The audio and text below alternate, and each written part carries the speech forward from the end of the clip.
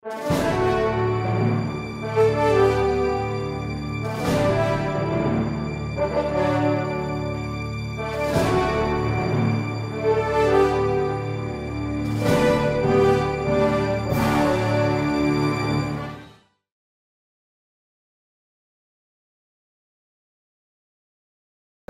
entrepreneur, UC Onliner.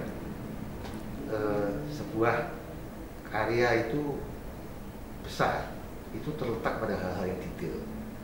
Anda bisa memperhatikan pada hal-hal yang detail kalau Anda engage, Anda betul-betul terjun aktif. Kalau Anda mau engage, Anda mau terjun aktif, itu baru bisa terjadi kalau kita memang pada akhirnya fokus. Jadi memang bisnis saya percaya harus fokus.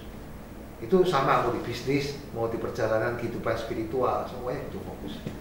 Orang berkembang ditambah baik itu kalau sepanjang yang saya ketahui, pengetahuan saya itu terjadi spiritual jadi berkembang kalau diri kita ditambah baik. Diri kita jadi lebih baik itu kalau terjadi self transformation. Dan self transformation itu harus dilakukan dengan sangat intensif dan fokus dan konsisten. 3 itu. Intensity, fokus, dan konsisten. Bisnis pun juga demikian. Harus fokusnya di sana. Kita harus konsisten di dalam misalnya menjunjung nilai kita. Kalau kita udah bilang bahwa bisnis harus jujur, konsisten. Gitu. Jangan pagi jujur, sorenya bohongin gitu. Itu nggak akan bisa berhasil. Nah, atau juga kemudian kita mau membangun kultur penting, tetapi intensitinya tidak dilakukan. Ya akhirnya nggak bisa terbentuk juga. Gitu. Di kurang lebih seperti itu, Mbak.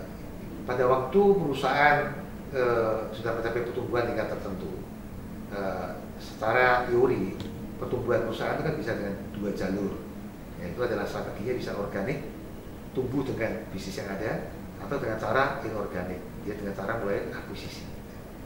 Nah, akuisisi ini adalah sebuah area yang membutuhkan kompetensi tersendiri.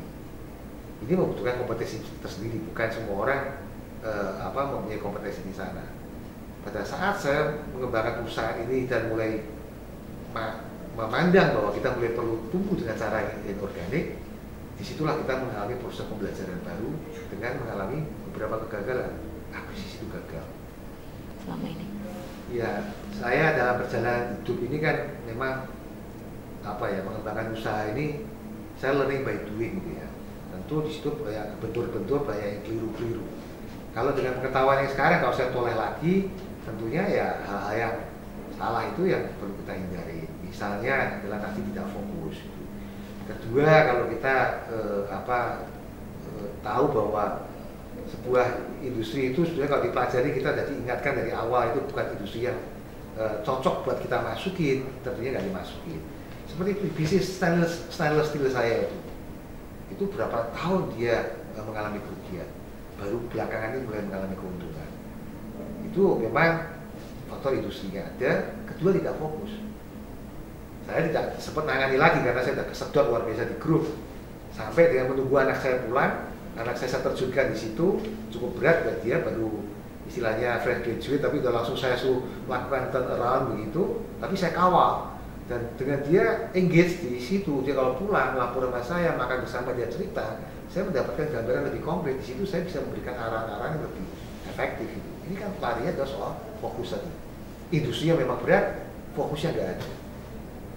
Tips saya yang terakhir terkait dengan tadi, seorang entrepreneur itu sukses rate-nya bisa ditingkatkan kalau dia memanage 4 jenis kompetensi. Pertama, kompetensi harus dibangun adalah setiap industri itu ada know-how-nya sendiri-sendiri, membutuhkan know-how atau mempunyai teknologi yang berbeda-beda. Di sini maka kompetensi dalam penguasaan terhadap know-how di industri itu harus dilakukan. Kadang-kadang sebuah bisnis itu kelihatan dekat, misalnya saya itu berusaha makanan sama minuman, dengan begitu kita misalnya bikin katakanlah seperti kayak Starbucks, itu sudah bisnis yang berbeda. Itu belong to the different industry gitu ya. Retail food itu udah industri udah berbeda dengan makanan minuman yang manufacturing ini.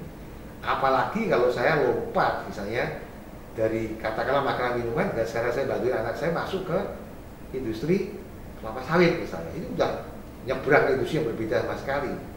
Makanya harus dipelajari know-how-nya ini. Kalau kita pelajari nggak bisa, ada kemungkinan kita beli, tarik profesional yang bisa. Ya, tapi kompetensi pertama yang harus dikuasai. Kompetensi yang kedua, setiap industri itu success rate-nya sangat ditentukan bagaimana dia memanage network itu. Network itu bisa ke belakang, supplier, bisa ke depan, customer, bisa ke samping. Kalau pakai konsepnya Xinjiang mengenai value chain itu, dia ada 4 dimensi itu dia. Dan kalau ini kita manage dengan baik, maka itu juga sukses ini akan meningkat. Saya waktu masuk Stainless Steel, itu bahkan sama sekali tidak tahu pemain-pemain yang bergerak di bidang ini di upstream ya, yang harusnya menjadi supplier saya. Jadi itu tentunya lalu menjadi tantangan tersendiri gitu kan. Know-how-nya juga pada waktu itu masih sedang belajar. 2 kompetensi saya tidak kenal. Yang ketiga, bisnis itu pada akhirnya ujung-ujungnya memang butuh duit. Kayak tubuh kita ini butuh darah. Kalau nggak ada duitnya ya gimana susahnya. Makanya di situ harus dipikirkan sumber duitnya dari mana. Bisa dari shareholder, kita tarik financial partner, atau bisa pinjam dari bank, gitu kan.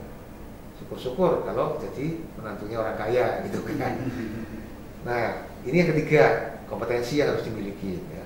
Yang terakhir, ini loh, ini last but not least. Ini last but not least. Kompetensi yang harus dimiliki itu adalah manajemen. Nah, ini kita bisa tarik managing partner. Karena manajemen itu termasuk di dalamnya leadership, barang yang kelihatannya abstrak, tetapi itu impact-nya sangat nyata. Kalau kita kuasai dan kita bangun semua kompetensi ini, entah diri kita sendiri yang menguasainya, entah kita dengan cara berpartner, entah kita merekrut orang yang bisa menutup kompetensi tadi, baik dari segi know-how, network, manajemen dan keuangan, maka sukses rate dari perusahaan tersebut akan jadi meningkat. Nah, itu aja saya kira tips terakhir kalau kita mau membangun usaha baru yang kira-kira bisa kita perbaikin sukses rate-nya. Ya, pesan saya kepada para calon-calon entrepreneur atau yang entrepreneur masih kecil mau berkembang, ya segala sesuatu itu tumbuh dari bawah. Kalau mau pergi jauh itu dari dekat. Just jangan pernah berpikir jadi entrepreneur itu dengan pendekatan quick yielding. Disinilah makanya sifat pantang menyerah itu jadi penting. Never give up. Ini jadi penting sekali. Karena inilah yang kemudian pada akhirnya menentukan kita berhasil. Kalau kita interview pengusaha di seluruh dunia yang sukses, pernah nggak mereka itu rugi? Atau bahkan pernah nggak mereka itu jatuh? Saya yakin 99,99 mereka pasti menjawabnya pernah.